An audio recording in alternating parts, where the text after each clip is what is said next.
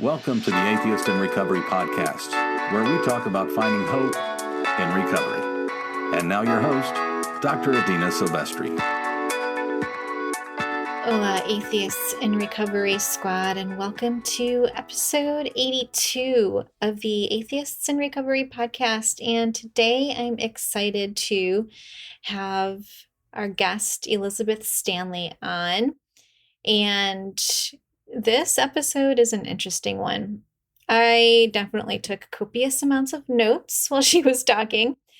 And a few things that we talked about in this episode are, widening this window of tolerance. We talk about what happens if you have a narrow window and you're operating inside this narrow window of tolerance. For practical purposes, we perceive danger more readily. And when our systems are in fight, flight, or freeze responses, and you're probably not going to know that you are at the time, then we tend to more frequently pick up the bottle or go for the drug or do whatever we've been conditioned to do through experience, through gene expression, through whatever it is. And so we talk a little about that. And most importantly, we talk about what you can do right now to help widen your window. The best way that you can recover is to help your survival brain feel safe. And we talk about how to do that intentionally, both in terms of where we direct our attention and in terms of daily life habits. And boy, do we talk about habits. Okay, on to my guest, Elizabeth A. Stanley. Elizabeth Stanley is a professor of security studies at Georgetown University. She speaks, teaches, and writes about resilience, political psychology, civil-military relations, technology, and security, and international security. She's the award-winning author of Paths to Peace, which was published in 2009, and Widen the Window, Training Your Brain and Body to Thrive During Stress and Recover from Trauma. After her own healing journey from chronic stress and trauma, during which she lost her eyesight temporarily, Liz developed an evidence-based approach to resilience called mindfulness-based mind fitness training, MFIT. She collaborated with neuroscientists to test the efficacy among troops preparing for combat deployment. MFIT research has been featured on 60 Minutes, ABC Evening News, NPR, Time Magazine, The Washington Post, and many other media outlets. Liz has taught these tools to thousands in high-stress environments, including corporate leaders, first responders, healthcare workers, diplomats, military service members, and members of Congress. She's also partnered with Sounds True to create an online version of MFIT course. Earlier in her career, she served as a U.S. Army intelligence officer in South Korea, Germany, and on 2 peacekeeping deployments in the Balkans. Her research has been supported by many funders. And Liz herself is a long-standing practitioner of mindfulness practices, including months-long silence practice in the United States and Burma. She's also a certified practitioner of somatic experiencing, a body-based trauma therapy. She holds degrees from Yale, Harvard, and MIT. Okay, guys, on to the show. Elizabeth Stanley, welcome to the show. Adina, thank you so much for having me. And please call me Liz. Oh, yeah, great. I will. So, Liz, I want to start by inquiring about your childhood, your deepest roots from childhood. And I love to ask this question because it's so fascinating to me how people end up, where they are today. And you have a very interesting story, which I'm sure we'll get to. So, yeah. Yes. I think we write about what we need to learn for ourselves. And so it's not surprising that I ended up writing a book about stress and trauma. I experienced a lot of stress and trauma in my life. And in many ways, I'm exhibit A of what I write about. I come from a long military lineage family. I'm the 9th generation in my family to serve in the U.S. Army.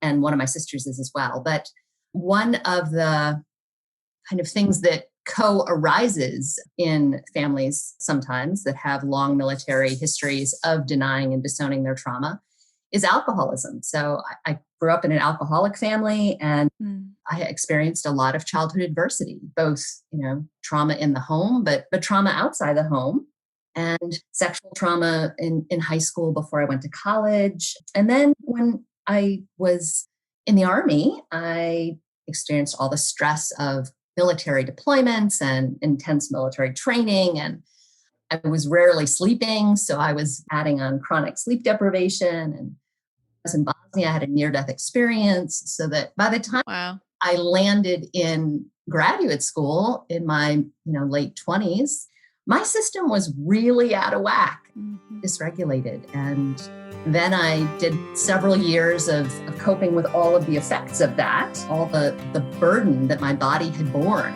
with all of that emotion suppression and compartmentalization and powering through that I had done to get to that point. I was suffering from depression and PTSD and lots of respiratory problems and insomnia. And I also had Lyme disease, but I didn't know it. And eventually I lost my eyesight from that. And that was kind of a big wake call. Not being able to see is sort of... It's a big deal. It gets your attention. Yeah. It was like this cosmic frying pan upside my head. So it sent me on a journey of both first healing myself and learning to understand what was going on and how did this happen and how could I change it? And then, helping to heal others, creating a resilience program, teaching it in military settings as part of some large neuroscience studies, teaching it in lots of different high stress settings over 15 years. And now sharing the kind of whole sum of that whole arc of my life. It came together in my book, Widen the Window. Yeah. Been an interesting journey. It's been an interesting journey. I want to actually read a quote from your website that sort of it really brings this military culture and trauma sort of and meditation together. It says, I used to be a firm believer in powering through, a U.S. Army veteran with a PTSD diagnosis who thought it would be cool to pursue 2 graduate degrees simultaneously. I was a pro at it, or I thought it took losing my eyesight for me to finally understand that there's an easier way. Wow. There is an easier way. The thing is, most of us in our culture aren't socialized to it. We've been socialized to powering through as being a sign of strength and grit. And, that's how most people in our culture define resilience. Actually not resilient. It's undermining of resilient. And because it's undermining resilience and our bodies and our brains and our hearts know that, but the culture is telling us it's resilient, we kind of double down on it. And instead, everything starts coming out sideways in symptoms in our body and in our coping behaviors. It often then shows up in addictions. And it creates this big morass of living double lives where we're kind of living one way publicly and then we're living another way privately. And that feeds shame. It feeds disconnection from ourselves, from others. It wrecks our relationships. It's such a toxic setup. I really wanted to help kind of share what I had learned to take it apart because, at least for me, understanding why my mind and body were acting as they did helped me take it much less personally because it was neurobiology doing what it does when you put it in particular conditions, right? And then knowing that it offered these leverage points for interrupting all of this conditioning and choosing something else. And that was easier, like learning how to choose something else and then seeing the effects of these other choices. It's very liberating. Why do you think that we as a society choose the easier? It seems like it's to be busy and to be stressed and to be sleep deprived. Those seem like badges of honor in our society. I don't know why. Yeah, they're absolutely romanticized. Like we socialize that being stressed equals I'm important, I'm special, I must be very powerful to be doing all of these things. That's how we've socialized it. But I have a chapter in my book where I kind of explore this cultural situation. And I think a lot of it has to do with polarity, that any feature has a light and a dark, and we tend to associate with one end of the spectrum, depending on what it is, and we tend to disown the opposite end of the spectrum. And so this romanticizing of stress it leads us to divorce all of those behaviors that are the result of stress from the consequences they create. So we run around being busy. We run around feeling constantly like we've got to be on the go.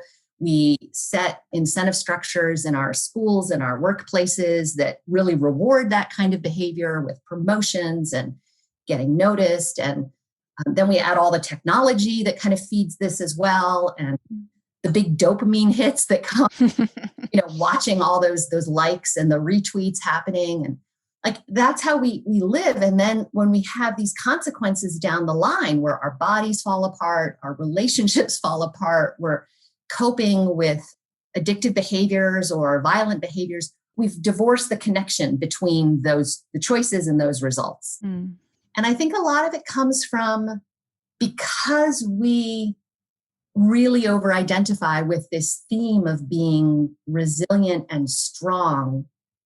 By nature, it leads us to disown trauma, because trauma is a condition when our survival brain perceives us to be powerless, helpless, and lacking control. It isn't a conscious decision. The survival brain is what is constantly assessing our environment to decide, is this situation safe or dangerous?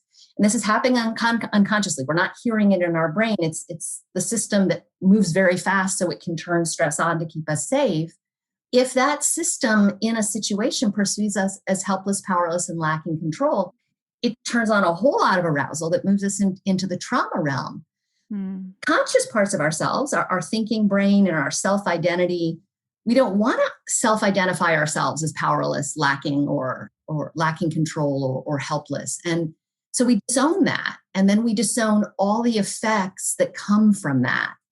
And I think that kind of helps to feed this real disconnect that shows up sometimes weeks later, sometimes months or years later, but show up because of how we're wired. Yeah.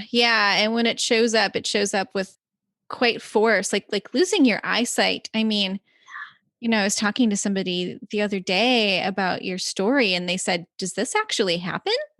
Well, clearly. Yeah.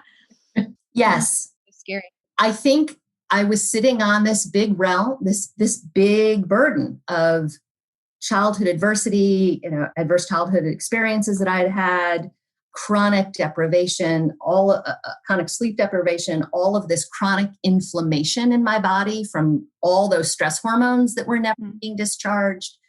All of that together created these huge imbalances in my body, so that when the Lyme, I was bit by the tick and developed the little bullseye, and then it faded, and the army wrote it off as no big deal. So I wrote it off as no big deal. Later, like that had been swimming around in my system, and it went after my optic nerves, right? Yeah. Luckily, we can regenerate though. I mean, I see again, but it was it was what I uniquely needed to have it get my attention, I guess. Yeah. And get your attention. It did.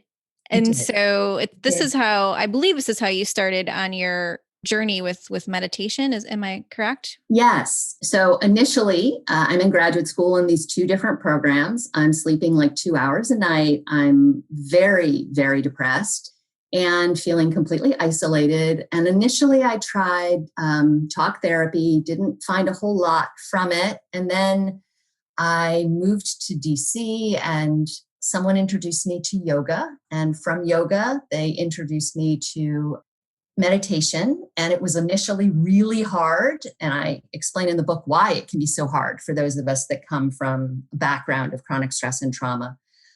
And I stuck with it, and then started having some additional side effects from that. And that sent me to do some body-based trauma client work.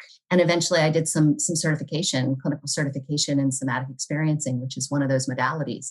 You kind of need both. You need to be able to stabilize attention and hold that in ways that you can consciously direct your attention to hold a mindful state. But you need to kind of know where to direct it to, so that inadvertently you're not flooding yourself, which is what I early years. And that's where the body-based trauma therapy techniques and working with the autonomic nervous system is so important. So those two pieces kind of come together in the resilience training that I created, mindfulness-based mind fitness training. Very nice. Very nice. So as I'm wondering if we can switch gears a little bit and talk about this window of tolerance and maybe set the stage for us, why do we need to widen the window? What is the window? All those things. Why do we care? Yeah. Absolutely. So yes, I think it's important enough that I titled the book about and the window in the title is the window of tolerance to stress arousal. We each have a window. It starts wiring before we're even born during our third trimester in the womb. And it is the width of the window is the result of both some genetic traits and then which genetic traits get turned on based on our repeated experiences. But even more than that, there are multiple pathways by which we can narrow our window over our life. And narrow windows are the windows that have challenges with all kinds of symptoms, potentially with addictions, with violent behavior, with anxiety, depression, health problems, relationship issues. So narrow windows have these global effects in our lives. The good news is our window doesn't just need to be narrow. We can take conscious steps to widen it. And people with wide windows are much better able to function effectively during stressful experiences. They can keep all of their deliberate decision-making online. They can access choice. So they're much less likely to feel helpless and powerless and lacking control. They're much less likely to end up experiencing trauma during stressful events. And they can stay connected to other people. They're able to give and receive social support during stress. They can flow when life sends curveballs. They experience a much less arousal, stress and emotions when plans get interrupted or life happens and there's a big change they weren't expecting. They can adapt better. They're much more flexible. So having windows is a really big deal and helpful. We narrow our window over our lifetime. There are 3 ways that can happen. The first pathway to narrowing the window is childhood stress and childhood adversity and developmental trauma. So this can happen when we have parents who have narrowed windows. If parents have narrowed windows, they, by definition, cannot wire their child a wide window. So narrowed windows become intergenerational. And some of that is epigenetics in terms of which gene expression got turned on. Some of it has to do with attachment styles. Parents with narrowed windows usually have insecure attachment styles, and that then affects how they nurture the child. But all of that sort of sets children from childhood stress and adversity on a trajectory towards narrowed windows later in their life, because it affects the development of their brain, the development of their nervous system. It affects the development of their dopamine system, which is so important. If our dopamine system is kind of dysregulated from childhood adversity, it can make it really likely that that person later on in life has a real problem with procrastination and cravings and addiction. And there's 3 different adaptations that the empirical research has shown from childhood adversity to the dopamine system. I'm sure you've talked about this with other guests, but all of it leads towards that person having a mind-body system that is much more wired for addictive craving. And that's hard later in life because when you add all the cultural stuff we talked about earlier, it makes it challenging for them then to overcome that addiction. It's much more likely to default to that behavior. And when you talk about the childhood adversity, are you talking about the ACEs? I'm talking about ACEs. Okay. And I'm also talking about, just this intergenerational aspect of parents with narrowed windows wired over narrowed windows. And so the ACE research is the most compelling in terms of the ACE adaptations towards addiction. But I think often people who experience a lot of ACEs also come from addictive families that have addiction in them. And that is part of the kind of family system of narrowed windows too. Right, right. When, and I'm sure this happens to some of our listeners or had happened, if you're in a culture where drinking is very normalized, if you were getting beers for your dad or mom or sister or brother, you started it at a pretty young age. Absolutely. Absolutely. We often adopt the coping behaviors that our parents had. That's what we've seen, and that's what we've been socialized to. So that's the first pathway to narrowing the window: childhood adversity, childhood trauma. The second pathway to narrowing the window is shock trauma events. And this is kind of the way our culture conventionally thinks about trauma. This is things like natural disasters and terrorist attacks and war, combat, rape, big capital T trauma type things. And these things where we experience so much arousal that it pushes us outside our window. And then if we don't have full recovery afterwards, it continues to narrow it. But often what's interesting about shock trauma for me is that, it might be something that our thinking brain or culturally we would say is minor. And you can't see me, but I'm making little air quotes around the minor. A fender bender or outpatient surgery. But if our window was already narrowed when we experienced an event like that, our survival brain is likely to feel helpless and powerless and lacking control. And so we can experience trauma even during a fender bender. It's one of the reasons why there's so many people with whiplash syndrome. Again, our understanding collectively of these things is still a little skewed. And then the third pathway is chronic stress and relational trauma in our everyday life. This can include things like chronic relationship tensions, all that chronic sleep deprivation, emotional labor, like having to hide our emotions at work, and having to care for a sick relative. All of these things we tend collectively to write off as no big deal. Right. Their everyday life. And yet it's pretty clear from all of the empirical research that people who have experienced just narrowing their window on this pathway experience the same level of consequences in terms of dysregulation on their minds and bodies as people who experienced the other pathways. And that was kind of interesting for me to learn. Yeah. Even if we just take out everything in my life, except for the many, many years I was sleeping like 2 to 4 hours a night, sleep, like that alone could have caused all my issues. And that was very surprising to figure out. So, wow. So there's lots of ways we can narrow it. The most important thing is that we can widen it. And the most important way to widen our window is to understand that only our survival brain, which is the part of us assessing for threat and danger, only the survival brain can assess our situation as safe. And it has to assess our situation as safe to turn off the stress arousal, to turn off all of those hormones so that we can have full recovery. And, it all comes down to having repeated experiences with that. So we've had many repeated experiences of sleep deprivation or many repeated experiences of addictive behavior or shock trauma events. We have to balance that out for our minds and bodies and give them many repeated experiences with recovery. Everything about our neurobiology is the result of repeated experiences. So tell us more. Habits are really critical for that. Our habits drive our repeated experiences because it's something we're doing on a regular basis. And many of our habits aren't conscious to us. And often those are the habits that have real effects long term. Even things like that we, again, might collectively write off as no big deal. The habit of worrying has shown huge changes in brain structure and brain function in the empirical research. It has big survival brain costs. When we're worrying, when we're sort of thinking, what if this, what if that? Oh, I forgot this thing. Oh, what if this thing happens? Anytime our mind is doing that, and for many of us, that's kind of a running commentary our minds are doing all the time. When your mind is doing that, your survival brain is perceiving that mind-body moment as threatening, and it's turning stress arousal on.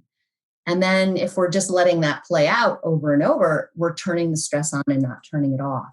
And it has big material costs over the long term. So understanding the importance of habits, this repeated experience point, and understanding that where we're directing our attention, consciously and unconsciously, like with this worrying example, anywhere we're directing our attention in a repeated way, it's having this huge ripple effects through our brain, our body, our nervous system.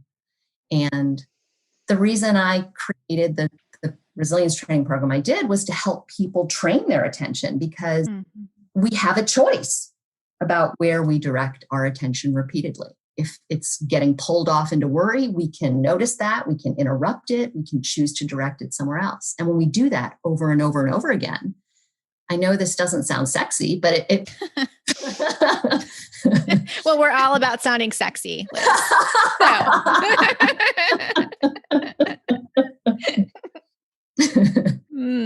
Yeah, so I'm following you. I am, and I'm sort of also in the back of my mind thinking about my clients and the people that I work with. And the thing that's coming up for me and what they would most likely say to me is, okay, Adina, I'm going to try this. I'm going to try this for a couple of weeks. And if it doesn't work, then I'm going back. And consciously, I don't think they're thinking this, but what ends up happening is they try it for maybe a week or two, and then they have a slip, and then there's this shame that comes up, and it's sort of this wet blanket for all the other emotions.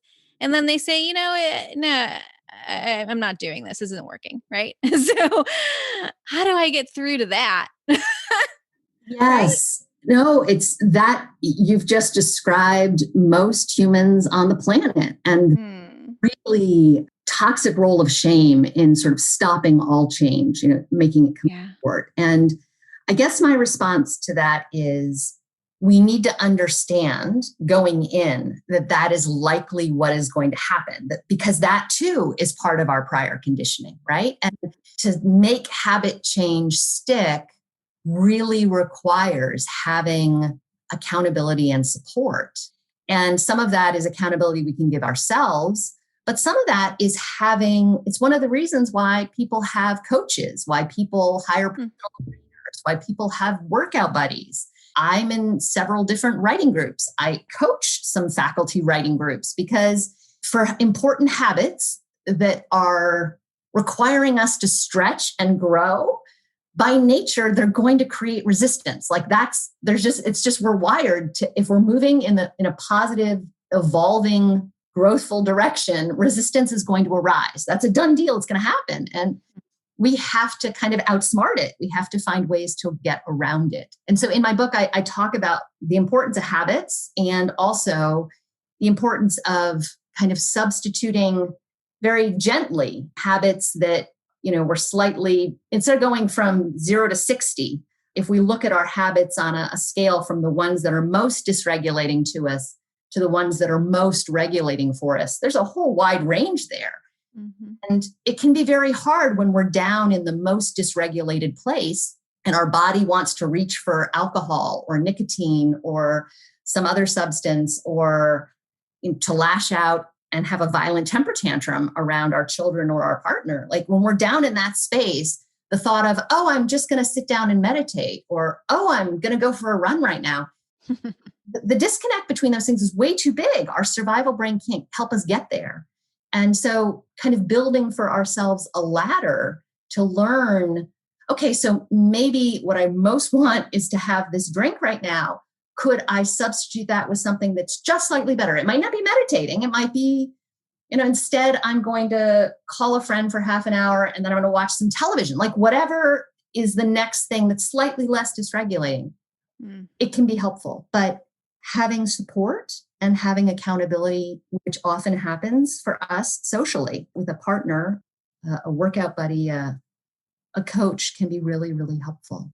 And some of the re-regulating habits don't necessarily have to involve attention training. I mean, in the book, I lay out a range of different window widening habits.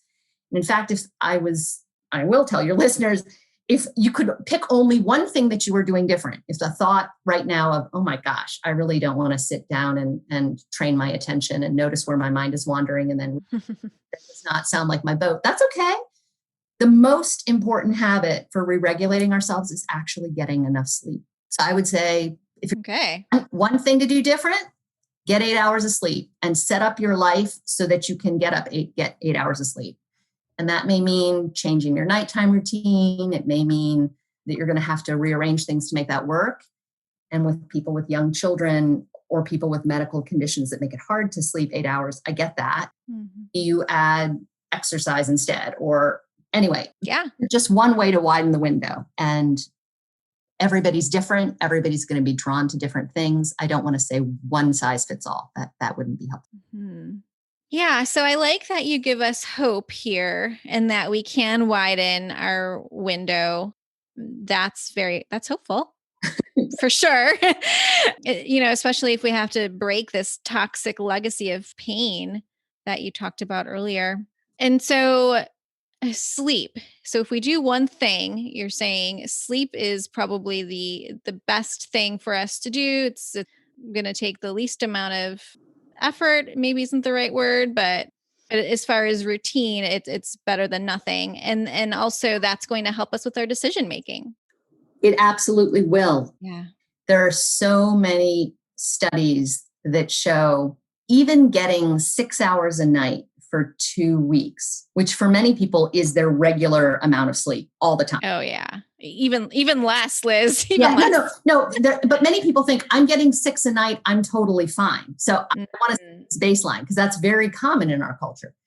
The studies that have shown related to that most of these studies define 2 weeks of 6 hours a night as chronic sleep deprivation. So everyone who's listening who's thinking, oh, I got much less than that. Well, then you're way more sleep deprived. But that's what many of these studies use as a baseline. And the cognitive decrements, the declines in their cognitive functioning, the changes in their excessive startle response and the movement of the brain towards anxiety and depression, the lack of ability to read positive social emotions and to misinterpret neutral stimuli as threatening and then start overreacting. The hormone changes in terms of there's sort of 3 hormone changes that happen from this that really kill the appetite suppressing hormones and overinflate the appetite creating hormones. And you're adding more cortisol because you're chronically stressed in that state anyway. So there's a lot more desire to eat in that place. Like there's so many things happen just from this amount of chronic sleep deprivation. It's pretty amazing. That was probably one of my biggest surprises as I was doing the research, was learning about the effects of chronic sleep deprivation. So 8 hours a night is what we really do need. It helps our nervous system do a lot of recovery. It helps us do a lot of brain synapse pruning. For those of us who had chronic inflammation and might have a tendency towards chronic inflammation is associated with eventually developing dementia and things, it helps to clean the brain plaque. It helps us to do toxin elimination. It helps us discharge a lot of the stress hormones that we had turned on that day. It's just so important. I would say pick sleep, but yeah, there are others. You can pair them together. They become virtuous kind of cycles together. We get better sleep when we've done exercise, for example. We get better sleep when we are eating better, that we're not drinking and eating sugar and heavy meals late in the evening. Like they all begin to interact in a positive way. And having an attention building training and some reflective exercises to help us really pay attention to what we're doing kind of helps feed that as well. So we can go in a virtuous cycle direction or a vicious cycle direction, and it's our choice. Certainly is. It certainly is. Liz, is there anything else that we may have missed that you want to share with the audience? I would say that I've been thinking more about your thought of your clients and, they try something for 2 weeks and then kind of give it up and getting caught by shame. And I would say, it's really important to keep in mind that when we have narrowed our window, our thinking brain capacities have been degraded. Our thinking brain functions get degraded when our window's narrowed. That includes, conscious decision making, but it also includes willpower.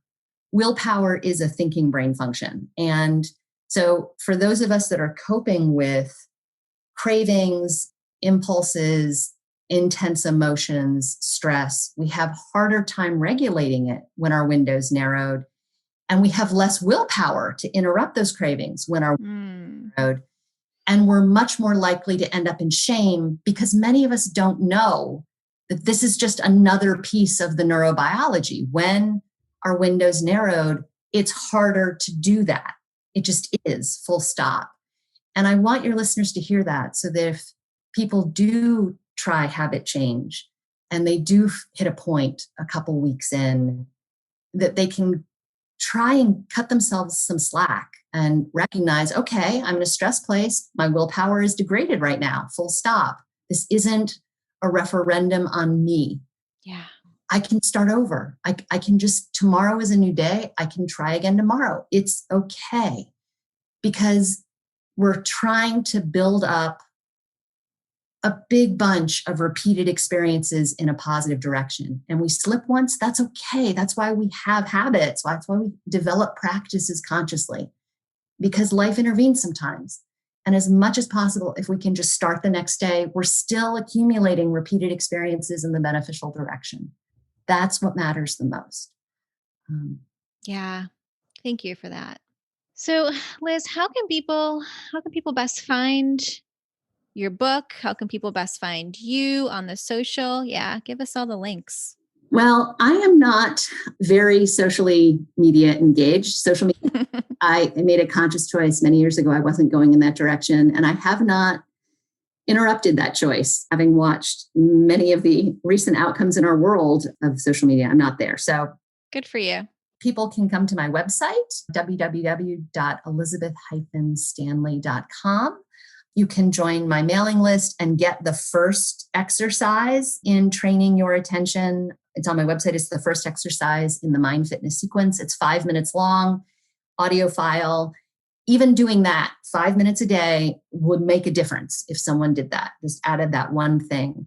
You can access all the different ways to buy the book. I also narrated the audiobook. All of that you can get at the website. You can also, through my website, get access to the online MFIT course. That's the abbreviation for mindfulness-based mind fitness training, MFIT.